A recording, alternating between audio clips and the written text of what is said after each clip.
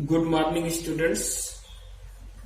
आज हम लोग इंटरमीडिएट में ज्योग्राफी सब्जेक्ट के अंतर्गत मानव भूगोल की प्रकृति और विषय क्षेत्र के बारे में पढ़ रहे हैं और जिसके अंतर्गत हमने इसकी डिफिनीशंस और मीनिंग्स के टॉपिक पे चर्चा कर चुके थे।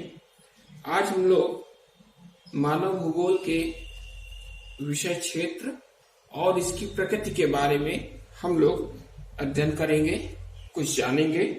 तो सबसे पहले हम लोगों ने ये देखा कि मनुष्य और भौतिक पर्यावरण के मध्य मानवीय अंतर संबंधों का अध्ययन करने वाले भूगोल को ही हम मानव विज्ञान कहते हैं, मानव भूगोल कहते हैं। साथ ही अब इसकी प्रकृति यदि देखते हैं तो इसका हमारा तात्पर्य क्या है, प्रकृति का मतलब क्या होता है। सबसे पहले ये सोचा जाए कि मानव भूगोल भौतिक वातावरण और मनुष्य द्वारा निर्मित सामाजिक सांस्कृतिक पर्यावरण के मध्य के संबंधों का अध्ययन उसकी परस्पर अन्योन्य क्रिया के द्वारा होता है। मानव भूगोल में जो भी भौतिक वातावरण है हमारा और मानव के द्वारा निर्मित सांस्कृतिक पर्यावरण है, इन दोनों के बीच का जो भी संबंध होता है एक दूसरे पर आश्रित होता है, यही हमारी मानव भूगोल की प्रकृति है। और इसमें मानव भौतिक पर्यावरण के द्वारा प्रदान किए गए जो भी संसाधन है हमारे पास, जैसे भू आकृति, मृदाएं, मिट्टी है, जलवायु आदि का उपयोग करके भौतिक वस्तुओं का हम लोग निर्माण करते हैं। जैसे घर में गांव है, सड़क, नगर, उद्योग, रेल वगैरह है, पत्तन का, इन सब का विकास करते हैं। इससे मानव तथा प्रकृति दोनों एक दूसरे को प्रभावित करते हैं और मानव भूगोल की प्रकृति अंतर विषयक है, इसको समझना पड़ेगा। और कहीं ना कहीं भूगोल से मानव के सांस्कृतिक रहन सहन से इसका संबंध जुड़ा हुआ है, क्योंकि मानव पूरी तरह प्रकृति पर आश्रित है। पृथ्वी का जब हम अध्ययन करते हैं अलग अलग पहलुओं में, वो भूगोल के अंतर्गत आता है। और मानव का जब उसमें हम संबंध जोड़ देते हैं, मानव के द्वारा निर्मित जो भी साधन संसाधन प्रकृति से प्राप्त होकर के उसकी सहायता से बनाया गया है, और इन सब का एक अध्ययन जब हम करते हैं तो मानव भूगोल के अंतर्गत आता है और यही इसकी प्रकृति हो जाती है। यह मानवीय घटना के स्थानिक वितरण का भी अध्ययन करता है और यह विश्व की विभिन्न सामाजिक और आर्थिक विभिन्नताओं के अध्ययन में नियमित रूप से सहायक भी होता है ना। और मानव भूगोल भौतिक वातावरण और मनुष्य द्वारा निर्मित सामाजिक सांस्कृतिक पर्यावरण के मध्य में संबंध ही यही मानव भूगोल की प्रकृति है। इसके लिए अलग अलग इन्होंने कुछ वैज्ञानिक भूगोलवेत्ता हैं, फेबर भी इस बारे में लिख रहे हैं कि सर्वत्र संभावनाएं हैं, संभावना हमेशा है, हर जगह है और कहीं अनिवार्यताएं नहीं है, और मानव इन संभावनाओं का स्वामी बनकर इसका उपयोग कर सकता है। संभावना है, संभावना का मतलब इसको इन्होंने संभाववाद के नाम से जाना।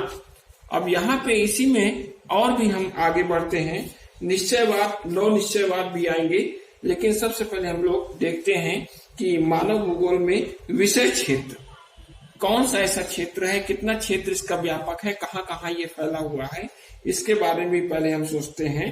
तो मानव भूगोल में क्या होता है, जितने भी मानवीय तत्व हैं इनको समझने के लिए कुछ पार्ट बने हुए हैं, जैसे सामाजिक भूगोल, राजनीतिक भूगोल, नगरीय एवं आवासीय भूगोल जिसको हम सेटलमेंट ज्योग्राफी के नाम से जानते हैं, पॉपुलेशन जनसंख्या भूगोल और आर्थिक भूगोल, ये सभी मानव से संबंधित हैं।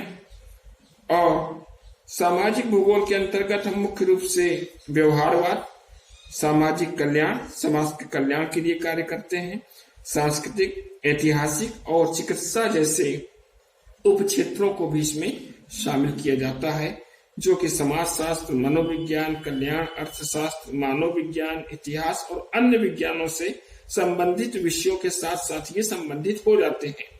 इसमें मानव से मानव के विभिन्न उपागमों, जो भी इसमें माध्यम है उसमें विभिन्न उपागमों का अध्ययन इसमें किया जाता है।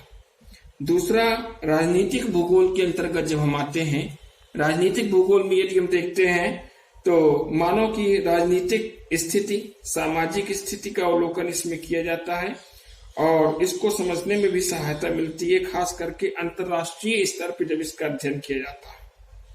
नगरीय एवं आवासीय भूगोल है और इसके अंतर्गत नगरों की स्थिति और नगरों का जो भी नियोजन है, नगरों को बसाने का तरीका, नगरीय नियोजन, इसका महत्व मुख्य रूप से बढ़ गया है और आवास भूगोल के अंतर्गत ग्रामीण नियोजन और नगर नियोजन का अध्ययन किया जाता है।